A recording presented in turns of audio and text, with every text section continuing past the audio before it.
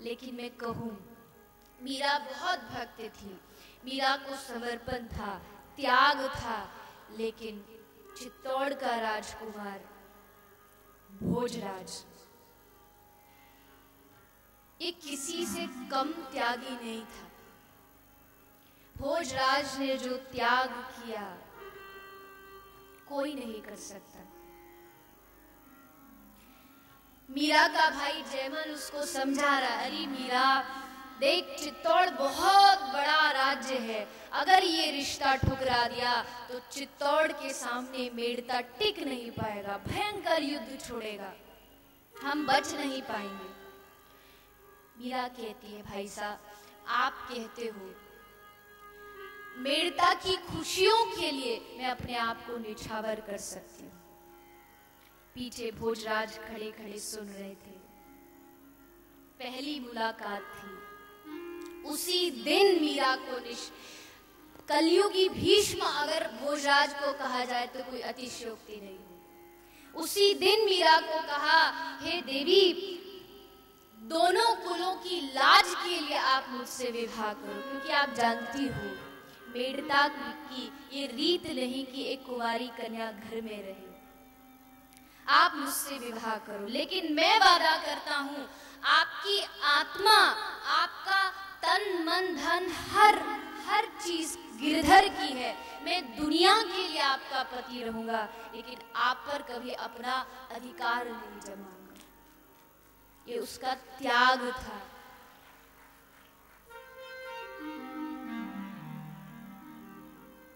विवाह हो गया। दहेज में खूब सामान दिया गया, खूब सामान दिया गया। मीरा की माँ मीरा के पास आती है, लाली देख, तुझे खूब दहेज दिया गया, लेकिन लाली तुझे कुछ चाहिए तो मुझे बता, कोई चीज की कमी रह गई हो तो मुझे बता, क्या दूं तुझे? माँ, क्या सचमुच देगी जो मैं मांगूंगी? हाँ लाली, तू बोल। मीरा झोली फैलाती है और अपने माँ के सामने कहती है, देरी माई अब गिरधर लाल। सब कुछ तो दे दिया माँ, दाता हुक्म ने, लेकिन असली धन मेरा अभी भी यही रखा है, उसके बिना मैं अधूरी हूं। नहीं लाली, वहां ससुराल में इस मूर्ति की सेवा करेगी या सास ससुर की सेवा करेगी? माँ, जिंदा देखना चाहती हो तो मेरे गिरधर को दे दो, मैं जी नहीं पाऊंगी। माँ गिरधर को लाती है, मीरा के हाथ में गिरधर दिया जाता है। गिरधर को लेके मीरा चित्तौड़ पहुंच जाती है।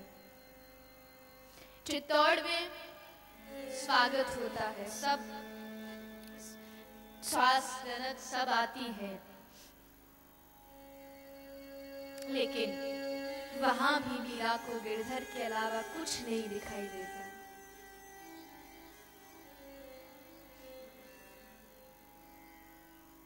गणगौर की पूजा है, सारी स्त्रियां लगी है पूजा में, मीरा नहीं जाती। मीरा की ननद आती है, मीरा से कहती है, अरे भाभी साहब, ये पति की लंबी उम्र के लिए व्रत है, जाइए व्रत में पूजा में जाइए। मीराबाई कहती है, मेरा सुहाग अमर है, उसको किसी की आवश्यकता नहीं।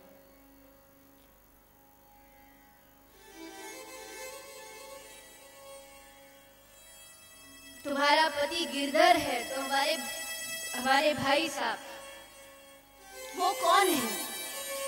मीरा कहती है, उन्हीं से जाके पूछो। वो पूछती है, भोजराज कहता है, तेरी भाभी सा जो कह रही है वो ठीक कह रही है, उसका सुहाग अमर है, किसी से भीख मांगने की उसको आवश्यकता नहीं। इतना, क्योंकि कहते हैं ना संत और पारस में एक ही फर्क होता है। पारस लोहे को स्पर्श करता है तो ही सोना बनाता है, लेकिन संत किसी दुष्ट, किसी उच्च आत्मा, साधारण आत्मा, किसी को भी स्पर्श कर दे, कृपा कर दे, तो वही व्यक्ति खुद पारस बन जाता है। सोना नहीं बनता, उसके अंदर खुद इतनी ताकत होती है कि वो किसी दूसरे को भी सोना बना सकता है, वो खुद पारस बन जाता है।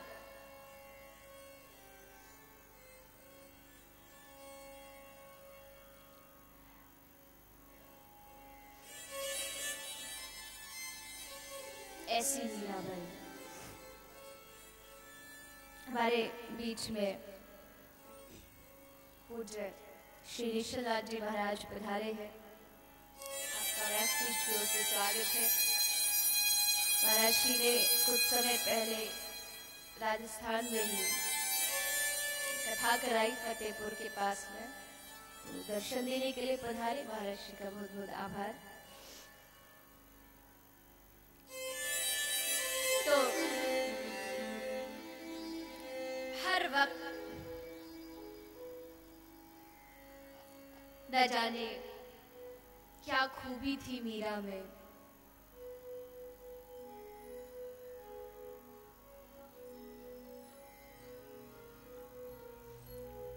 गोकुल की सांझ बरसाने की दोपहरी, वृंदावन की शाम देख लेती थी। कौन सा काजल मीरा आंखों में लगाती थी, जो नैन मूंद के भी घनश्याम देख लेती थी। हो मैं तो गोविंद रागुन गास्याए माँ, जग रू से तुम्हारा काई करसी। मैं तो गोविंद गुण गास्याए माँ, जग रू से हो काई करसी। मैं तो गोविंद रागुन गास्याए माँ, जग रू से तुम्हारा काई करसी। मैं तो गोविंद के गुण गास्याए माँ, जग रू से हो काई करसी।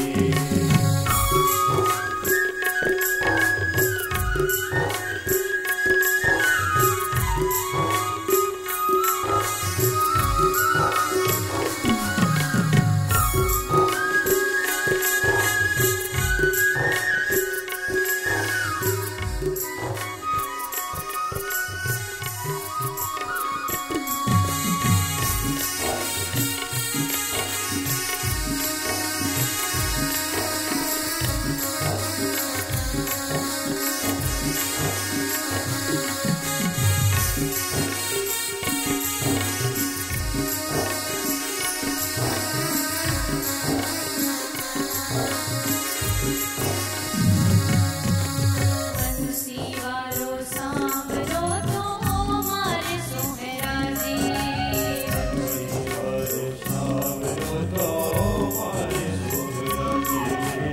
बंसी वालो सांभरो तो मारे सोहरा जी।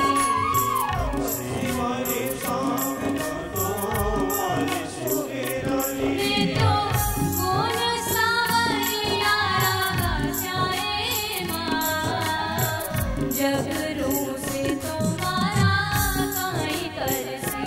मैं तो कौन सावरिया गास्याए माँ, जग रू से तुम्हारा काई करसी।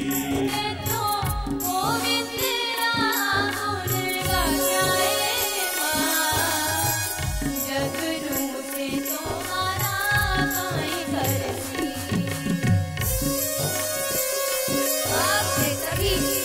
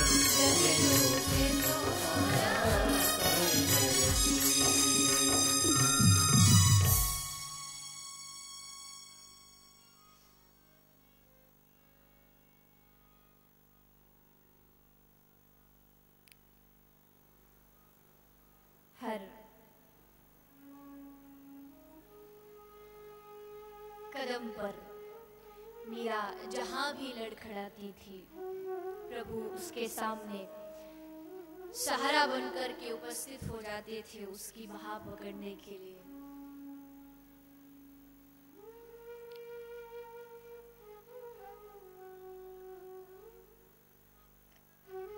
पति की मृत्यु हो गई, ससुर की मृत्यु हो गई और विक्रमादित्य ने फिर राणा ने बड़ा कष्ट दिया, वो सब आप हम जानते ही हैं। लेकिन सबको तोड़ के मीरा वृंदावन पहुंच जाती है। वृंदावन में जो पुस्तक मैंने बताया उसमें लिखा है बड़ा सुंदर, वृंदावन पहुंच के मीरा नित्य लीला में प्रवेश करती है। नित्य लीला में हर कोई अधिकारी नहीं होता प्रवेश करने के लिए। नित्य लीला में प्रवेश करती है। कोई सखी आके बताती है मीरा को, अरे मीरा आज तो ठाकुर जी महाराज में तेरा नाम ले रहे थे, मीरा मीरा बोल रहे थे।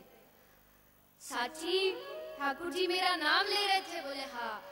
अब तो मीरा ने कृष्ण नाम छोड़ के अपना नाम रटना चालू कर दिया। मीरा मीरा बार बार सोचती जा रही है, ये शब्द जब मेरे ठाकुर जी के मुख से निकले होंगे तो कितने प्यारे लगे होंगे। अक्षरों से कहती है, अरे तुम धन्य हो, तुम ठाकुर जी के अधरामृत का पान करके आए हो। बैठी बैठी मीरा मीरा बस वो ही रटती रहती। और फिर मीरा द्वारिका जाती है। द्वारिकाधीश समुद्र को देखती है, मीरा को कृष्ण की याद आती है। मेड़ता के चित्तौड़ के पुरोहित आते हैं, अरे मीराबाई वापस चलो, चित्तौड़ में भारी संकट छाए हुए हैं, विक्रमादित्य की मृत्यु हो गई, सब राज्य जाने वाला है। मीराबाई कहती है कि महाराज मैं अब उस जगह आ चुकी हूँ जहां से वापस जाना असंभव है। नहीं मीरा, चरणों में लेट गए, तू तो चित्तौड़ का भाग्य है, हमारे साथ चल। ठीक है, मैं द्वारिकाधीश से पूछ के आती हूँ, आज्ञा लेके आती हूँ। और आज्ञा लेने के लिए द्वारिकाधीश के मंदिर में मीरा घुसती है, अंदर गई, लेकिन उसके बाद कभी बाहर नहीं आई।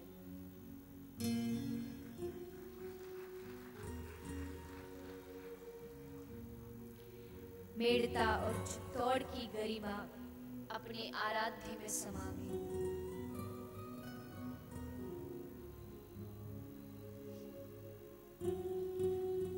काल भी जिसको स्पर्श नहीं कर पाया, हिम्मत नहीं थी काल की मीरा को स्पर्श कर सके। बहुत चेष्टाएं की गई मीरा को, बहुत लांछन भी लगाए, आरोप भी लगाए गए। शायद मीरा को पीछे दरवाजे से कहीं भेज दिया गया। तुम क्या समझोगे भक्ति क्या होती है?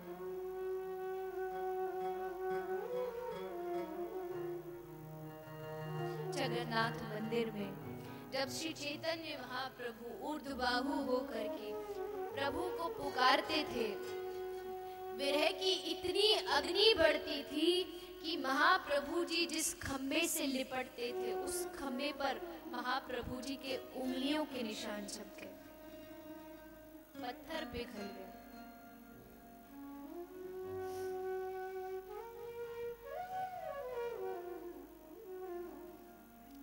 धन्य है राजस्थान की भूमि। कभी समय मिले ना तो ठाकुर जी को तो याद करना ही करना है, उसमें कोई दोहराया नहीं। कभी समय मिले, आप शांत, आपका मन शांत हो, आपको कोई चिंता नहीं सता रही हो, कभी एकांत में जाकर के मीरा को याद करना। एकांत में आपकी आंखों से आंसू गिरेंगे, कभी एकांत में उसे याद करना।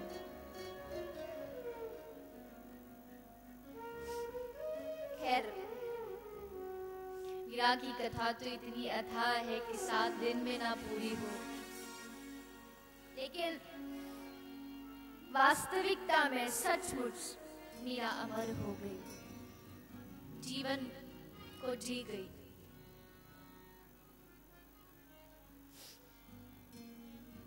इसलिए हम एक संत के पास कोई आदमी आता है, आके प्रणाम करता है, तो संत ने कहा भैया प्रणाम क्यों कर रहे हो? बोले महाराज आप त्यागी हो, आपने सब कुछ त्याग दिया, इसलिए हम आपको प्रणाम कर रहे हैं। तो संत ने कहा बेटा फिर तो 1 मिनट रुक, और संत उसके चरणों में गिर पड़े, लेट गए। उसने पूछा महाराज आप मुझे प्रणाम क्यों कर रहे हो? बोले भैया मैं तो त्यागी हुई हूँ, लेकिन मुझसे बड़ा त्यागी तू है। क्यों? बोले मेरा त्याग तो छोटा है, मैंने भगवान के लिए तुच्छ संसार को छोड़ा, लेकिन सोच तू कितना बड़ा त्यागी, तूने इस संसार के लिए भगवान को छोड़ दिया। तुझसे बड़ा त्याग और किसने किया होगा? तो इस संसार के लिए तूने भगवान को छोड़ दिया। मेरा त्याग तो तेरे सामने कुछ भी नहीं। सच वास्तविकता में हमने तुच्छ संसार के लिए भगवान को भुला दिया। और भागवत कहती है स्वविट्वराहुष्ट खरहि संस्तुतः पुरुषप्पसु न यत् कर्ण पथे पथोपेतो जातु नाम वराग्रजः। भागवत में ऐसी तुलना की गई कि जिसका कान भगवान की कथा नहीं श्रवण करे, जिसके आंख ठाकुर जी को नहीं देखे, जिसके हाथ प्रभु नाम में कीर्तन ना करे, सेवा ना करे, जिसके चरण प्रभु नाम में नृत्य ना करे, जिसके चरण प्रभु की परिक्रमा ना करे, वो व्यक्ति स्वविट, वराह, उष्ट्र यानी गधा, उष्ट्र, ऊंट, सूकर, इनसे भी गया गुजरा। भागवत इस बात को स्पष्ट करती है।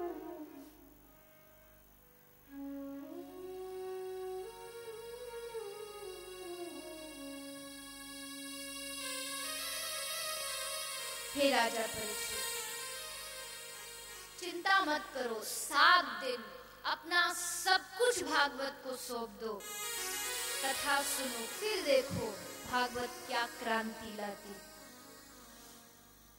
जो स्वयं भगवान का रूप है, जो भगवान की मूर्ति है, विग्रह है, वो भागवत क्या नहीं कर सकती। वो तो हम आप कमी भागवत की नहीं है। आज कलयुग में भागवत अपना प्रभाव जो पहले दिखाया परीक्षित को, हमें क्यों नहीं दिखाती? क्या भागवत में शक्ति कम हो गई? बिल्कुल नहीं।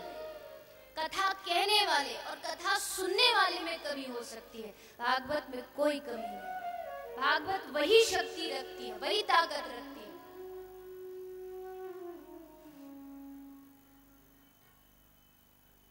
ये भागवत की ताकत ही तो देखो कि हम हर महीने क्या, महीने में 2-2, 3-3 बार बैठ जाते कथा सुनाने के लिए, और आप बैठ जाते सुनने के लिए। क्या आपको कभी नहीं लगा अरे भैया वही कथा है, वही सब, इनका तो यही धंधा है, यही कथा बांटते रहते, यही कहते रहते, इनको कुछ काम ही नहीं।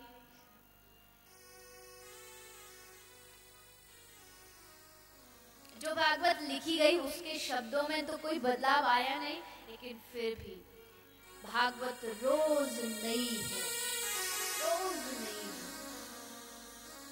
भागवत का हर एक शब्द रोज नया है। गंगा प्राचीन जरूर है, लेकिन गंगा पुरानी नहीं है। पुरानी चीज को तुम सुन नहीं सकते। एक कहानी को तुम्हारी मैया रोज रोज लोरी में गाते गाते वही सुनाए, तो आप भी बोलोगे भैया बस अब कब तक सुनाएगी, अब थोड़ा बदल, तो दूसरी कथा सुना। लेकिन कथा सुनते सुनते नहीं थकते। ये कथा का प्रभाव है। तो श्री परीक्षित जी महाराज बैठे हैं, सुखदेव जी कथा सुनाना प्रारंभ करते हैं। पूछा महाराज आप सब बड़े बड़े ऋषि यहाँ बैठे हो, व्यास जी है, पराशर जी है, परशुराम जी है, सब बैठे हैं। आप, कोई ऋषि कहता है ध्यान करो, कोई कहता है योग करो, कोई कहता है जप करो, कोई कहता है तप करो। क्यों ना आप सब मिल करके कलयुग के लोगों के लिए कोई एक निचोड़ बता दो, एक बात बता दो, जिससे सब कलयुग के लोग आसानी से मान सके। ये श्लोक बड़ा महत्वपूर्ण है, भागवत के दूसरे स्कंद के पहले अध्याय का। सारे संत महात्माओं ने मिलकर के निर्णय किया, योगी नाम निर्प निर्निर्तम हरेर नामानुकीर्तन। सारे ऋषियों का एक निर्णय निकला, क्या? बोले तप का, यज्ञ का, व्रत का, सबका अगर कोई एक निचोड़ हम सबके मत में है तो वो सिर्फ और सिर्फ हरि नाम संकीर्तन, हरेर नामानुकीर्तन। कलयुग में तुम यज्ञ हो तो करो, तप हो तो करो, पूजा हो तो करो, लेकिन अगर तुम नाम संकीर्तन करते हो तो तुम्हारे सारे तप, जप, पाठ, पूजा सब उसमें समा जाए। कलयुग में हरि नाम में वो ताकत है, एक कृष्ण के नाम में वो ताकत है कि जो एक बार विश्वास से बोल दे सारे बंधन मुक्त हो जाता है। हरि नाम की महिमा। ये 7 दिन कथा सुन लो, चाहे तुम 7 महीने सुन लो, चाहे 7 साल सुन लो, जब तक इस भागवत का निचोड़ हरिनाम संकीर्तन जीवन में नहीं आएगा, कथा कोई असर नहीं दिखाएगी।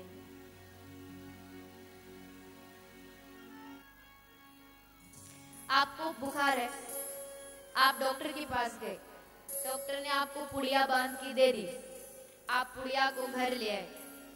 अब वो पुड़िया को आप टेबल पे रखते हो और फिर उसकी पूजा करते हो। दवाई की पुड़िया की, उसको चंदन लगा रहे हैं, उसको फूल माला चढ़ा रहे हैं, उसको आरती उतार रहे हैं। हे दवाई मैया, हमारा बुखार ठीक कर, हमें ठीक कर। तो ऐसे करने से कभी बीमारी ठीक होती है? हाँ या नहीं? नहीं होगी, बिल्कुल भी नहीं होगी। साधारण सी बात है, जब तक आप उस दवाई को लेंगे नहीं तो आपकी बीमारी ठीक होगी नहीं। अब भागवत जी को भी तुम रोज आरती कर लो, माला चढ़ा लो, पुष्प चढ़ा लो, फूल माला चढ़ा लो, लेकिन इस दवाई को जब तक अंदर इस औषधि को ग्रहण नहीं करोगे तो भागवत कैसे फल दिखाएगा? इस औषधि को ग्रहण तो करना पड़ेगा, तभी तो बीमारी ठीक हो सकती है।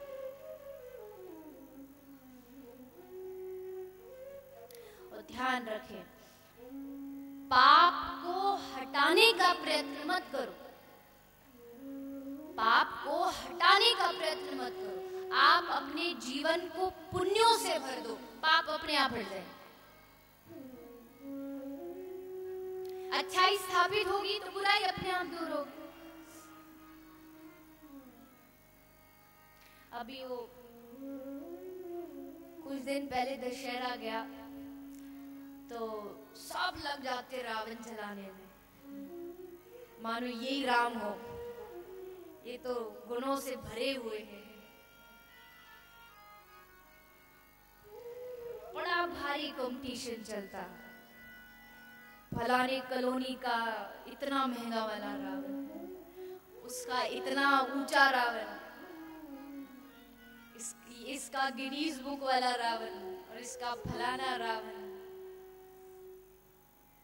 खैर, सबकी अपनी भावना होती है और हमारी संस्कृति है, चलती आ रही है, परंपरा है। लेकिन उस दिन बुराई को तो खत्म करना ही करना है, लेकिन उससे ज्यादा आवश्यकता है कुछ अच्छाई स्थापित करो।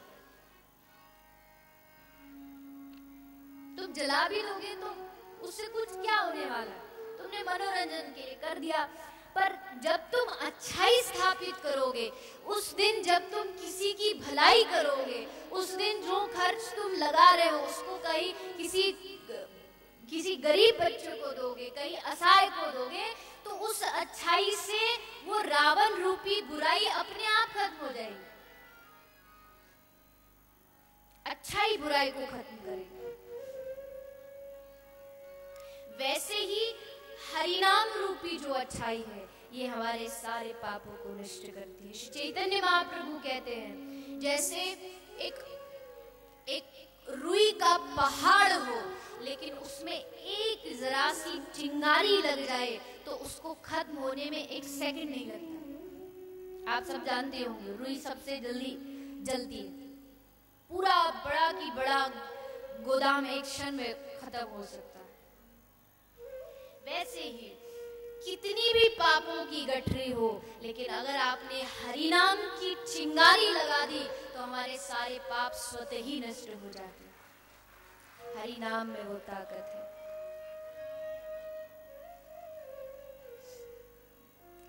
लोग पूछते कितना हरि नाम करे, कितनी जप करे कि भगवान मिल जाए। एक जप से भी भगवान मिल सकते हैं और शायद 1 करोड़ से भी ना मिले। बस शर्त है वो नाम कितना दिल से निकलता।